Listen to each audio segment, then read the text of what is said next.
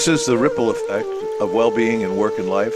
I'm Dr. Ken Thompson, here with Dr. Stephanie Romero. On this show, we explore how holistic well-being practices can transform our individual lives and our collective capacity for care. We're bringing you the science, the stories, and the specific practices that reduce stress and build resilience in our homes, our offices, and our communities. We're talking to people to see how their perspectives, practices, and work are creating a ripple effect for a better world. Thanks for joining us.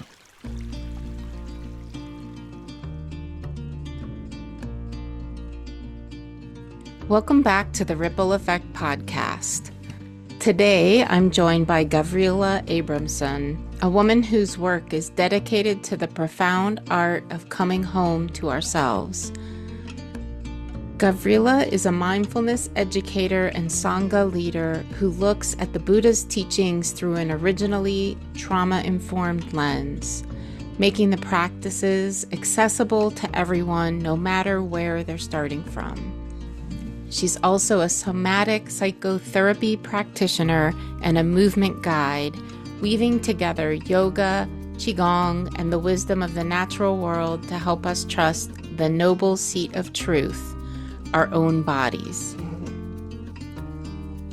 Gavrila teaches at Mountain Stream Meditation and Spirit Rock, and today she joins us to share how we can move through the world with more humbleness, reverence, and embodied awareness. I know you're going to enjoy this conversation. So thank you, Gavrila, for joining me in this conversation. We haven't been in conversation for a few years, actually. And we did collaborate for a little bit there, and I'm just really excited to kind of reignite and get to know you in a different way. So thank you for joining me. I'm so happy to be here, truly. Yeah. Thanks for having me.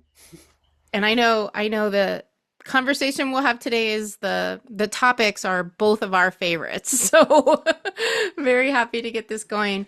But I love to start my conversations with folks on this podcast by just asking about your journey to practice. Yeah. Everyone has their own way that they found practice, so I would love to hear about yours.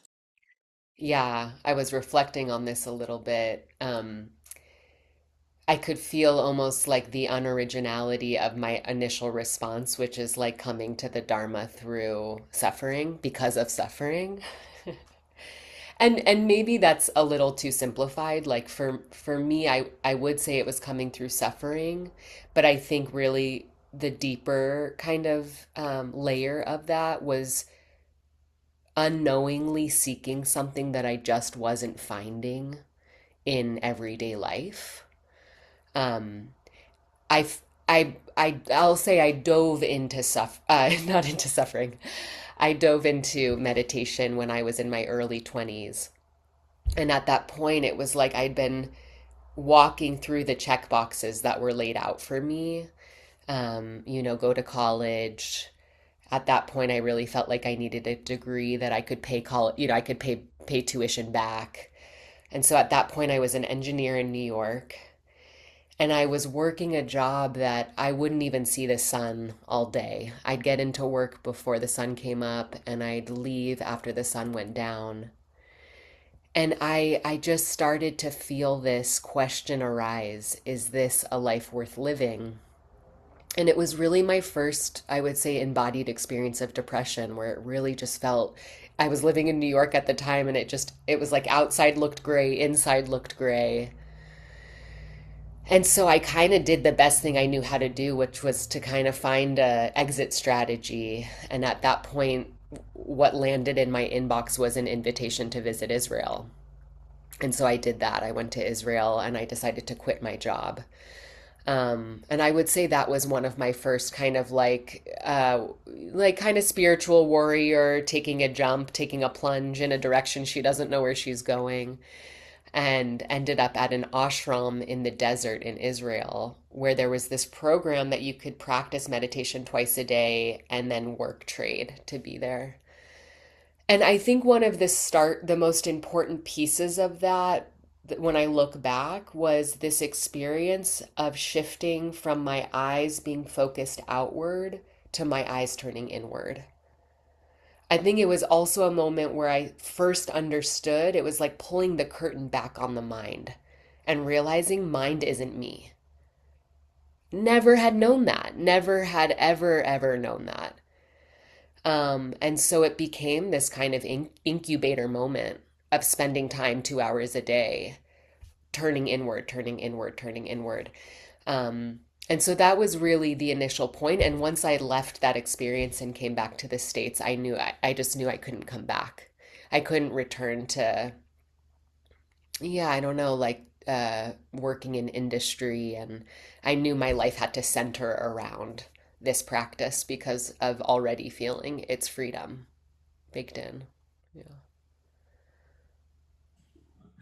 So I love the universality of coming to the Dharma and practice through suffering. I would say the vast majority of people that I have conversations with, that's their story in some way, shape, or form. Every once in a while, I'll get someone that was like, I took this religious education course and suddenly something sparked in me. You know what I mean? Like every once in a while you'll hear that story. But for most of us, including myself, it's suffering, right?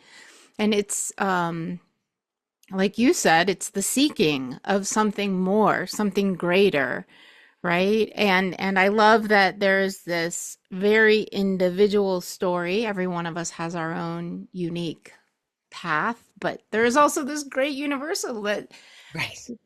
that we all are looking to alleviate our suffering, whatever that is. So thank you for Yeah. sharing that.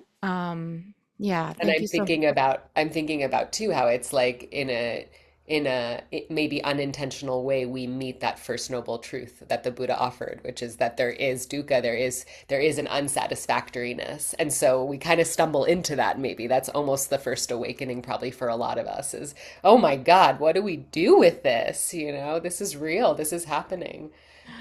Yeah, that's it. And then there's the hopeful part where there's something to do about it, Yeah. right? There's something to do about it, and that's part of what the Buddha taught.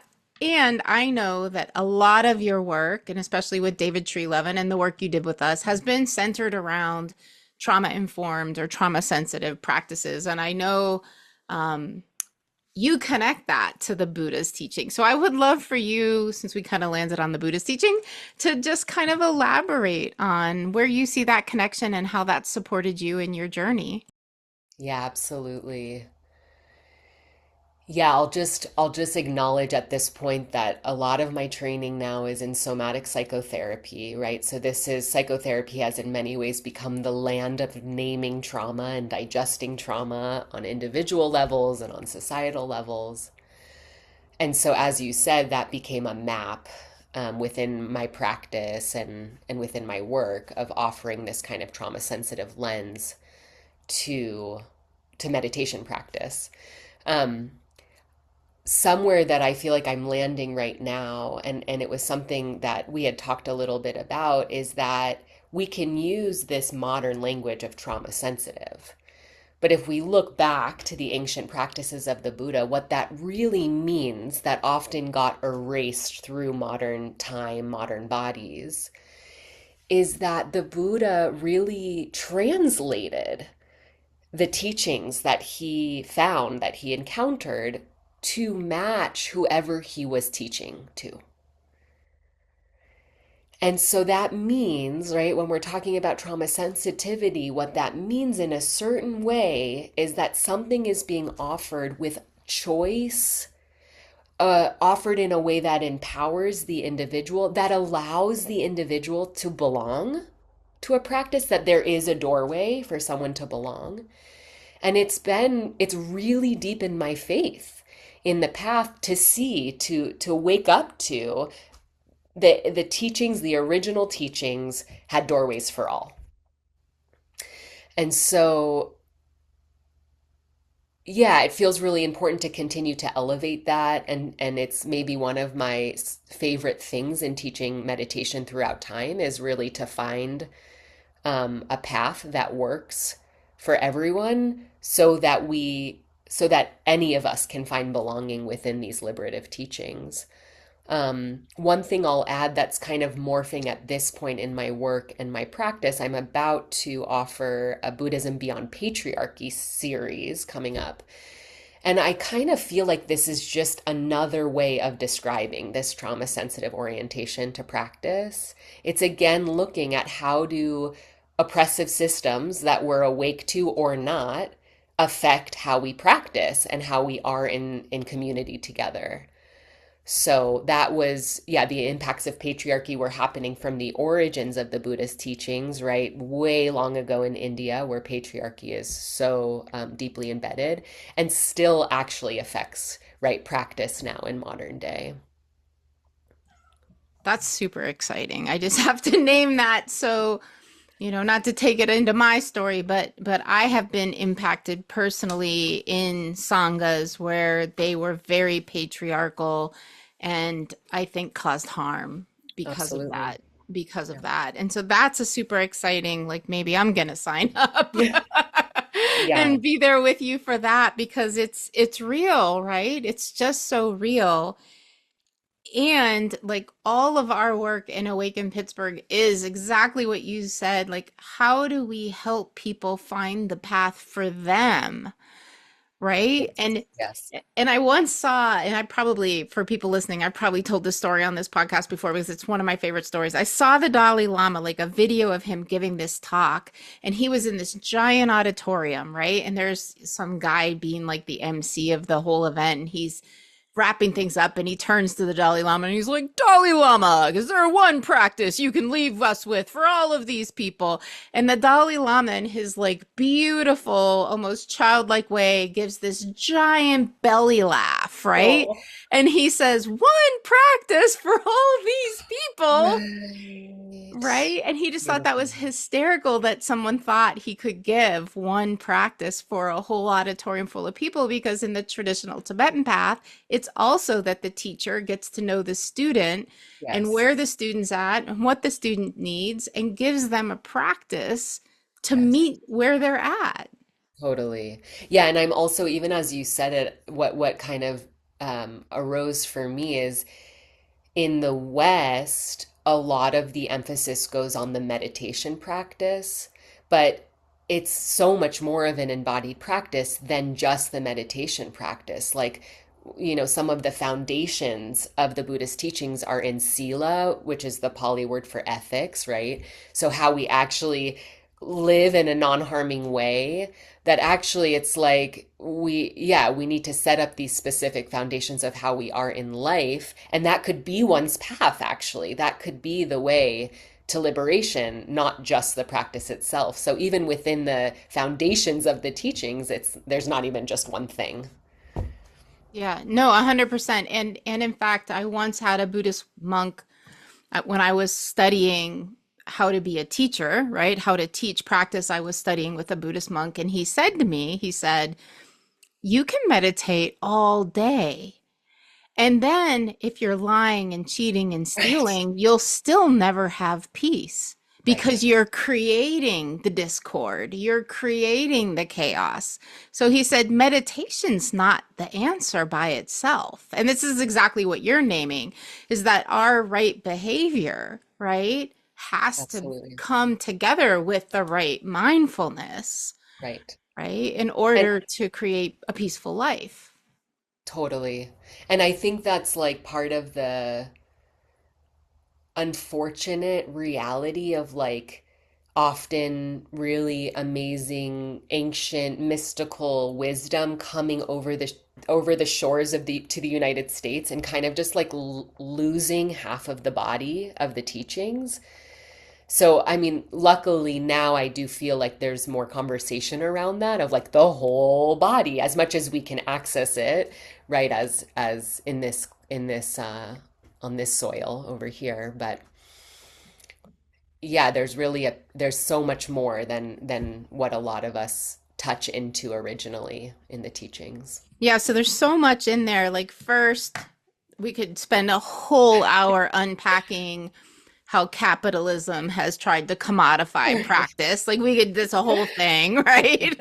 Which Totally. maybe we don't want to get into, but you were naming that, like how Yes. practice has entered our culture, which is driven by commodification and capitalism. So that's a Yes. whole thing, right? And then the other thing that I think I would love to spend some time on is the embodiedness of the practices. Um, yeah, like in my own personal growing up and history, I really feel that I believed I only live from the neck up. You know, I Absolutely. was taught to be more thinking than physically feeling and ignoring actually a lot of signs and things happening in the body. So I would love, especially now, you know, you've named in this conversation you're a somatic psychotherapist and the trauma informed practices are so embodied. I'd love to hear your thoughts on all of that. Yeah. Yeah. I'm remembering like early on in my practice feeling so passionate about renaming the word mindfulness to something more like bodyfulness, right? I feel like that's a conversation that happens because it can be so misleading. Um, I'm thinking about how like the first foundation of mindfulness is awareness of the body. And because early on I was only receiving the teaching of staying with my breath, and it was nearly impossible for me to do that without having a panic attack. It's deeply pleasing that right now, as I go deeper into the Buddha's original teachings in the suttas, um, that the original teaching on breath actually has so many different ways we could be with the breath, and so much of it is being present in the body. Right. So feeling our breath when we're happy, and feeling our breath when we're suffering, and feeling our breath when we're anxious, and and so there's all these ways that we can bring awareness, wrap awareness around our sense organ, right? Like our big sense organ. And that is the pathway into presence. And that's also the pathway to eventually wake up to one of the biggest insights, which is that there's ongoing change all the time, that nothing's permanent. Um, of course, I want to name, and I would guess you would ask me this anyways if I didn't name it, that there's so much like subtlety and compassion in bringing so much attention to a body that may have never received this kind of attention. And so to come in a way that's not like a full blast, need to make me do something, but really finding our own way to come closer in a soft enough way that we feel safe, that's a big piece to really landing in this teaching of being intimate with body. Again, so much to unpack. So, the first thing I want to name for listeners who may not be aware, in the original teachings on mindfulness, there are four foundations of mindfulness. And so, Gavrila was just naming the first one. Google that if you want to Yeah, find because it's a whole totally. nother conversation.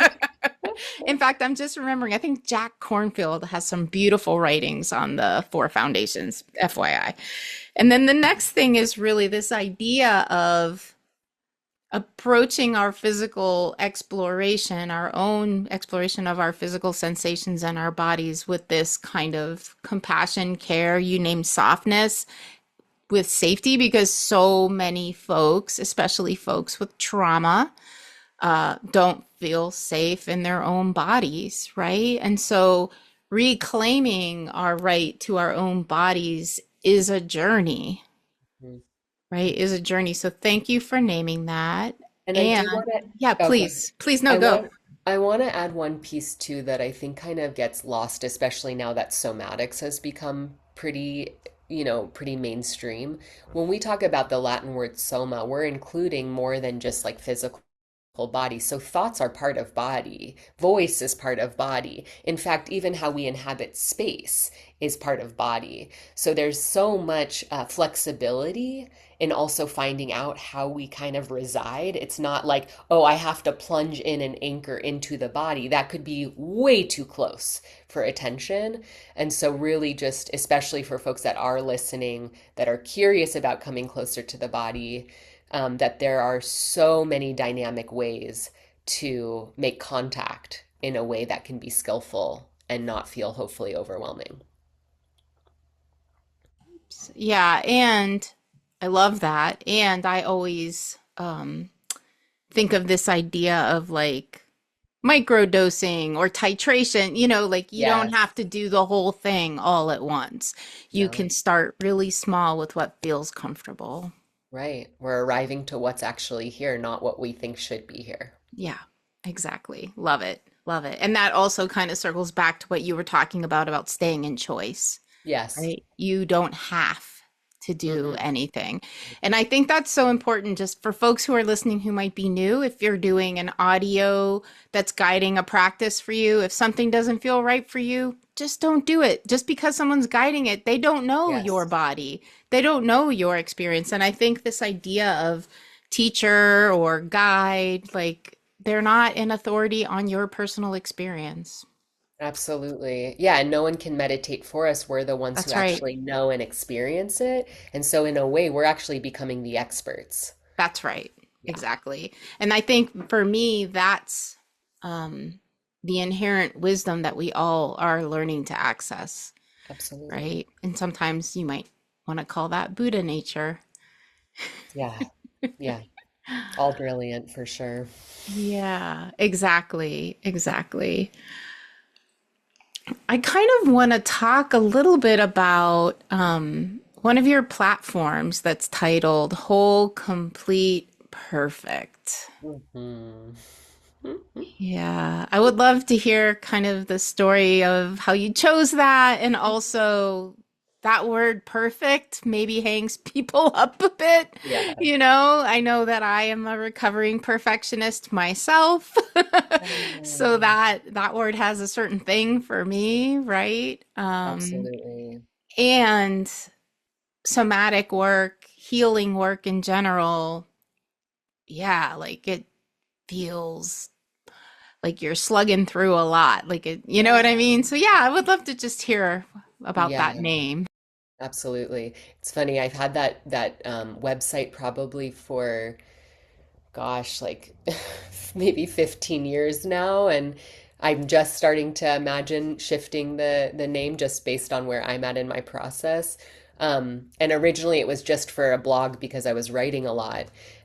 But the inspiration for that name, for Whole Complete Perfect, back at that ashram that I mentioned, I had the opportunity to choose a name. This is this is in a lot of different spiritual communities that you could kind of name yourself. And sometimes in claiming a name, it almost like invokes qualities that perhaps aren't present or maybe we're not in contact with them yet. And so while I was living there, I decided to choose this Sanskrit name, Nikhila. And Nikhila translates to something like one who is whole, complete, and perfect. And for me, what it really initiated looking back was allowing me to start to make space for more of my feminine side after growing up in patriarchy. I feel like there was a lot more emphasis on the masculine and of getting things done and of moving forward and of having plans. And now that I was in this space where another option was available, it felt like part of me could start to come in. And so that's the original like significance of it. Um, and when I hold this idea of wholeness, it's really leaning into this idea that it's all perfect as it is. That when I'm practicing meditation, when I'm working as a therapist, when I'm in therapy, right? This idea that so many of us kind of wish for to fix it or get rid of or add is all so violent, right? And it's like, what would it even mean to actually believe that we could land right here and that it's enough? that I'm enough, that it's enough. So it's absolutely, yeah, I feel really centered, and I say this to folks, especially in my therapy practice, where it's like, we're here for you to get to know yourself better. That's it. Whatever's here. And if there's resistance to how we are, if there's views of imperfection, then that is perfectly what we want to work with. That's a brilliant strategy that we want to work with. Yeah. Yeah, that's beautiful. And it's reminding me, maybe you already know this quote. I quote him all the time. Shinrei Suzuki Roshi. He has this really famous, you know who that is? So, Yeah. yeah, so he brought Zen to the US, basically. One of Yeah. the couple of like original Japanese Zen masters who brought Zen here to the US. He was in, I think, San Francisco. But he has this quote that his students said he used to say to him, which is, "You're perfect just as you are, and you can use a little work." Right. Right. Right. Like both are true. Totally. Or how do we even, right? Maybe the little work is just to be able to accept that, right? Yeah. What's in the way of Yeah. accepting that we're perfect? Yeah. Yeah. Exactly. Exactly. So I appreciate you talking me through that. Absolutely. Um, yeah. I also just wanted to kind of ask like how are you practicing right now? What does your, because I think folks think have a certain kind of stereotype of what practice is, and I would love for you to just share what your practice looks like right now in Yeah, your life. absolutely. Hmm. Yeah, it feels like that could go so far and narrow. I'm kind of deciding which place to show up in that. I'll speak to it from a few different paths, perhaps. So, one thing that's happening is I'm being called in a lot more to act as teacher. And so I'm in a practice there of negotiating with the impulse to become when being asked to be in a seat of power, and then connecting with the teachings of the Dharma that say we don't need to add anything. And so it's been a really amazing practice, emphasizing actually um, these trainings in non-harming, these precepts that the Buddha offered, of really working to stay close in my honesty in my word, and really to show up the most authentically I can, which ends up being the most beneficial anyways. So that's one orientation of my practice right now. Um, in my like personal meditation practice lately, I've been really supported by chanting. I've been studying with these teachers, Tanisra and Kitty Sorrow, and they're kind of like, I would say, present day shamanic Dharma teachers. They used to be monastics in the Theravadan lineage and then ended up leaving and starting their own thing called Sacred Mountain Sangha. And I've been lucky enough to be sitting with them and receiving their transmissions. And so they've invited me into, yeah, chanting as a way of practice. Also, they're really emphasizing Kuan Yin Dharma, which comes, I think they're specifically, they received that through the Chinese lineage of Buddhism, Mahayana. And so feeling also this really strong, almost like relational element to practice of Kuan Yin, the one who sees the suffering of the world at ease. So though, yeah, so that's another kind of space of my practice right now. And then I would say a third kind of side um, is, so I'm like starting to perform music. I play harmonium and I chant and I sing in different ancient languages. And I see that as a way to cultivate what the Buddha calls the wholesome. So finding ways, especially in a world that feels so serious and scary often, to also like kind of do the workout of letting the heart open, which can really allow nervous system to calm down and support presence and clarity of mind. Yeah. I love chanting, so that makes me feel a lot of happiness and joy when I hear you say you're chanting. Yeah, chanting is amazing. And I love Kuan Yin. So beautiful that you're doing Yay. Kuan Yin practices. In the tradition I practice, which is Tibetan Buddhism, we have Tara, which is Right. the same deity or same embodiment. But yeah, that's so beautiful. Thank you for sharing that. Absolutely. As we start to kind of wind the conversation down, is there anything that you were hoping to talk about that we didn't touch on? Anything you were hoping to share? Hmm. Let's see. I feel like something that is just feeling really important in my own practice, and also with those who I sit with or teach, and probably even outside of the world of the Dharma, is really wanting to encourage myself and other folks to diversify the voices that they hear wisdom through. There are just so many amazing teachers and voices. And I remember getting to a point in my own practice where I was just like, I just need to hear the Dharma not through a white man's voice. And nothing, I mean, so many amazing white men teachers have affected my practice. And yet there was something so nourishing to hear the Dharma through other bodies of experience. So yeah, just really wanting to like encourage that right, especially with Dharma, no teacher is really saying anything new at this point, but the way they say it might land for you.